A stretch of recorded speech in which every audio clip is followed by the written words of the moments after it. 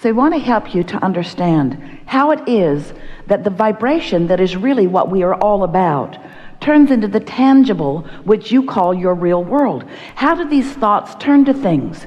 How does the vibration become the manifestation? It comes through your interpretation. It comes through your realization. But most humans aren't really all that willing to realize until there is a manifestation that you can observe. And that's what slows everything way, way down. If this time-space reality has helped you to identify a desire as you're sifting and sorting, this time-space reality has the wherewithal for you to realize it in its fullest. So here's how it works. You may not like this, but here's how it works. Source knows everything about you, everything that you want, and is rooting for you to get it, and is offering a vibrational signal, a very vivid, very clear, very high frequency, very non-resistant vibrational signal. When you're in the vicinity of it, you are able to translate that signal into meaningful things. Esther is receiving that signal now and is translating it into this physical word equivalent for you. So you have the ability to do that too. Most of you don't know that you do, but you do. So here's this signal. And when you tune to it, Esther tuned to it through meditation, through quieting her mind, through stopping thought. As she stopped thought, the vibration that is natural to her began to become dominant. And so over a period of time, her vibration raised to reach the frequency of the vibration that is us, which makes our communication in an environment like this seamless. Now, it's not always seamless for Esther. She can be in a bad mood and not hear us too.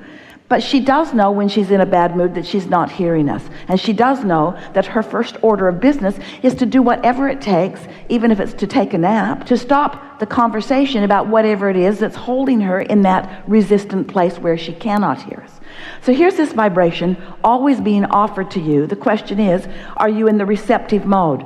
That is a key phrase here. Are you in the receptive mode? Are you able to translate that vibration into something that's meaningful?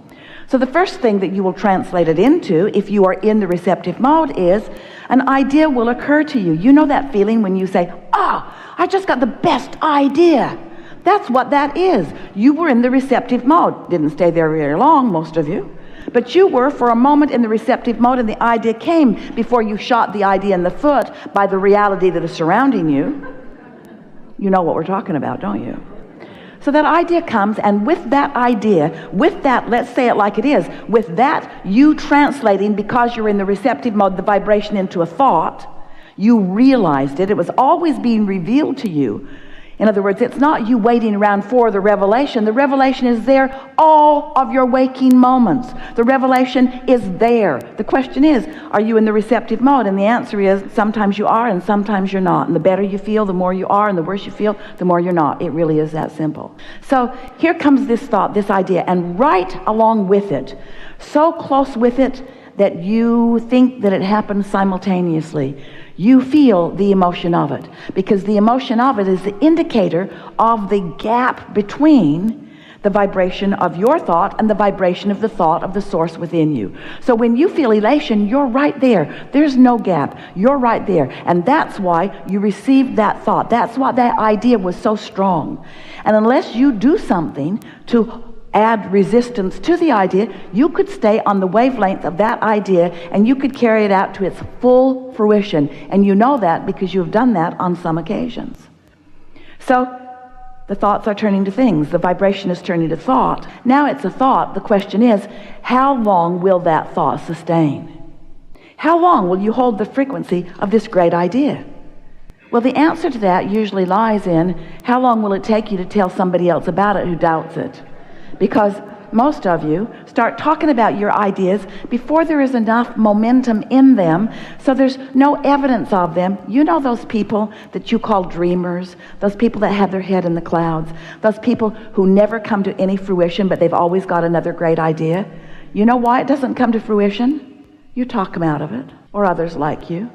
Because you're gauging what their current success is going to be based upon what their past success has been. And since you haven't seen that much success in them or in yourself, then this new idea usually gets squashed.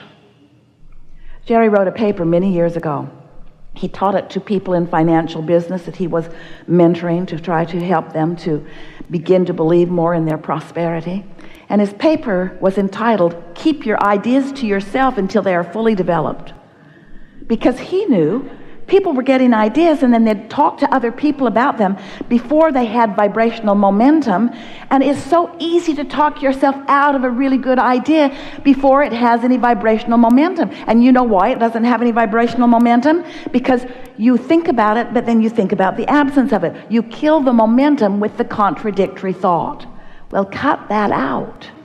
If you would not do that, if you could find some way to believe in your desires, to believe in your ideas longer, to hold the doubt at bay, to replace the doubt with belief.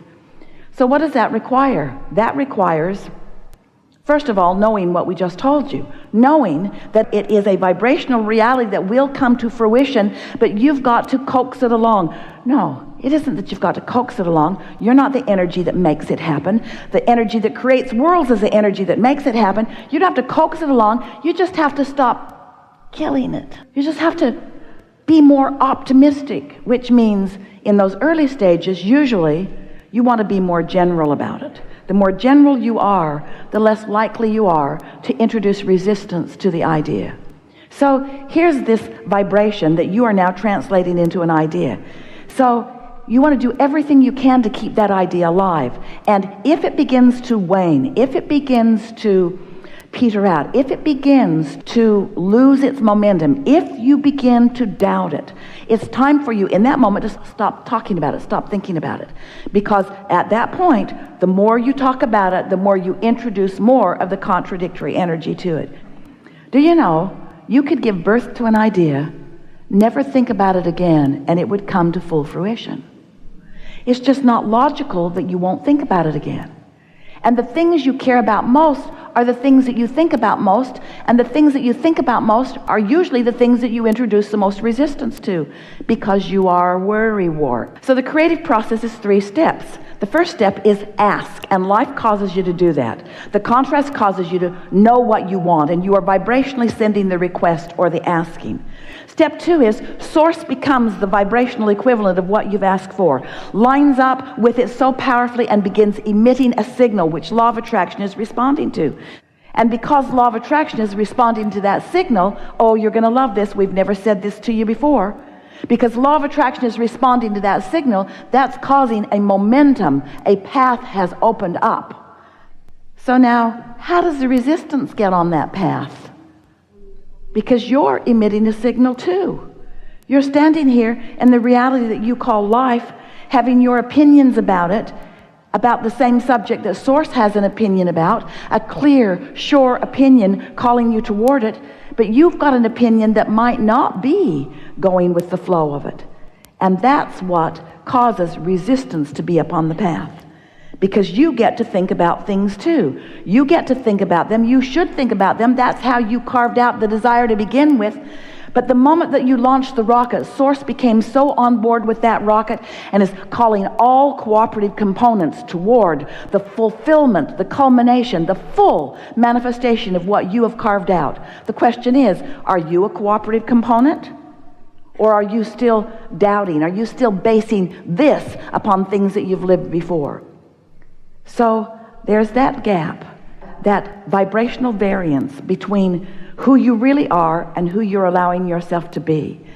And understanding that gap, which is evidenced to you by emotion, is the only thing that you ever need to know about the creating of anything, because it is our promise to you.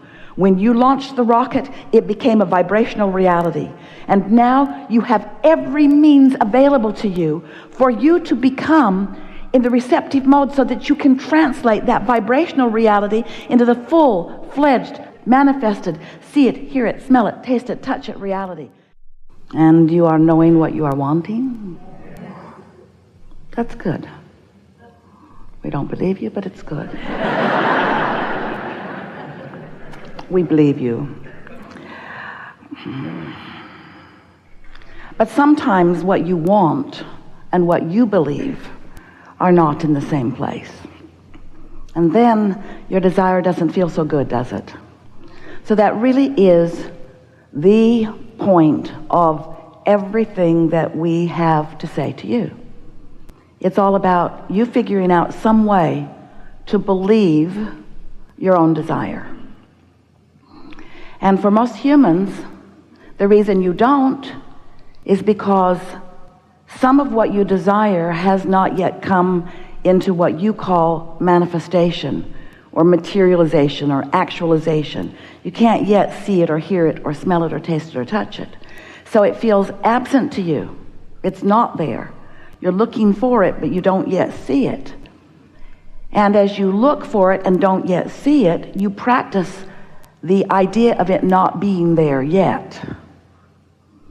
And so without meaning to, by noticing what is in terms of manifestation, you practice the absence of the things that you want. Well, you live in a universe that is vibration. Most don't know it because you translate vibration so well, you don't even know you're doing it. So you are observing through your physical senses and coming to conclusions about what is. So without meaning to, you hold active in your vibration what is, which means what is hard pressed to change. So you get what you think about. So if you're thinking about the absence of something you want, you keep getting the absence of something that you want. So you have to find some way of distracting yourself from the absence of it. Some use imagination, talking more about what you are desiring and less about what is. If we can convince you about this vibrational reality that you've already created, where all of your desires are already all framed up vibrationally, if we can get you to begin trying to sniff out that vibrational reality instead of focusing so much upon the see it, hear it, smell it, taste it, touch it, already materialized reality, then things will speed up for you. But even more than you getting from where you are to where you want to be more quickly, it's that you will feel better along the way, and that really is the whole point. You did not come here to accomplish destinations. You came here to discover destinations, goals, dreams, things that you want, because it's so joyful, the movement toward them. We're wanting to help you carve out a quicker, more joyful path to the achievement of the things that you want. So these things are necessary. It's important that you accept that you are a vibrational being in a vibrational universe. And it also is very helpful if you understand that you are an extension of source energy, that there is a non-physical part of you who exists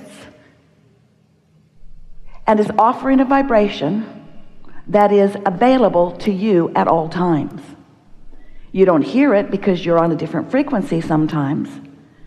Sometimes you do hear it when you're tuned in, tapped in, turned on. The better you feel, the more in alignment you are, and the more you are hearing it.